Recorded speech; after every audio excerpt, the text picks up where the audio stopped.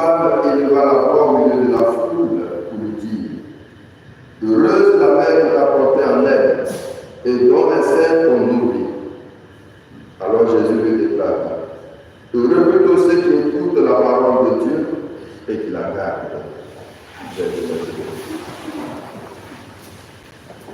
Acclamons la parole de Dieu. Louange à toi, Seigneur Jésus.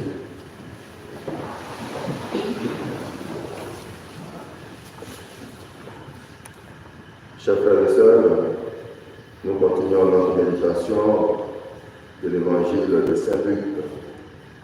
C'est bien normal puisque nous sommes dans le mois du rosaire. On fait le mois de la Vierge Marie. Jésus, on ne peut pas dire que c'est un beau parleur. C'est que les évangiles disent souvent de lui qu'il avait, sa parole avait autorité. Et pour qu'une parole ait de l'autorité, il faut qu'elle soit vraie et que le comportement également suive cette parole. Et ce qui fait que Jésus, sa parole est d'autorité. Ça dérange.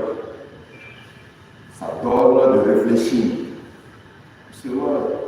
Voilà que Jésus parle et du milieu de la foule, une femme élève la voix. Vraiment, la femme qui t'a porté là, non, elle est bien. Elle est heureuse. Elle a une grâce particulière. Ce n'est pas faux, n'est-ce pas?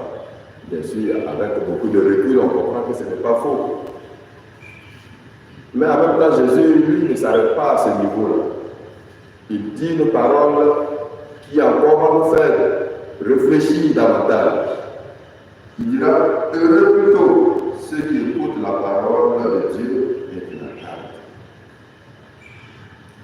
Alors donc pour Jésus, il est clair que Marie n'est pas heureuse parce qu'elle a porté sa personne dans son sein. Mais c'est parce que Marie s'est mise à l'écoute de la parole. Et surtout, elle a gardé cette parole. Donc, écouter la parole de Dieu, c'est-à-dire l'écouter avec notre cœur et avec notre intelligence.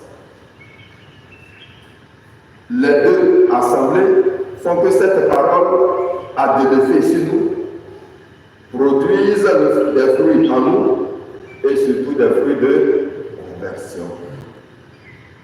Et quand tu la gardes, donc tu donnes le témoignage parce que tu vis cette parole, tu transmets cette parole autour de toi. Cette parole resplendit par ta personne. Et donc, écouter et garder, voilà le sens que Jésus donne. Alors donc, frères et sœurs, vous et moi, nous sommes aussi invités à écouter cette parole. Et d'ailleurs, c'est chaque jour qu'on écoute cette parole, quand on a la chance de venir à la messe. Mais est-ce qu'on garde cette parole? Est-ce que cette parole-là a de l'effet sur nous comme cette parole a eu de l'effet sur Marie? À telle enseigne qu'elle a dit un oui définitif. Alors donc, au cours de cette célébration eucharistique, marchons dans le pas de Marie. Elle a été une femme brave, elle a été une femme qui écoute, elle a été une femme qui témoigne de Jésus. Que la Vierge Marie, que nous vénérons ce jour et durant tout le mois d'octobre, nous aide par son intercession. Jésus qui vit et qui règne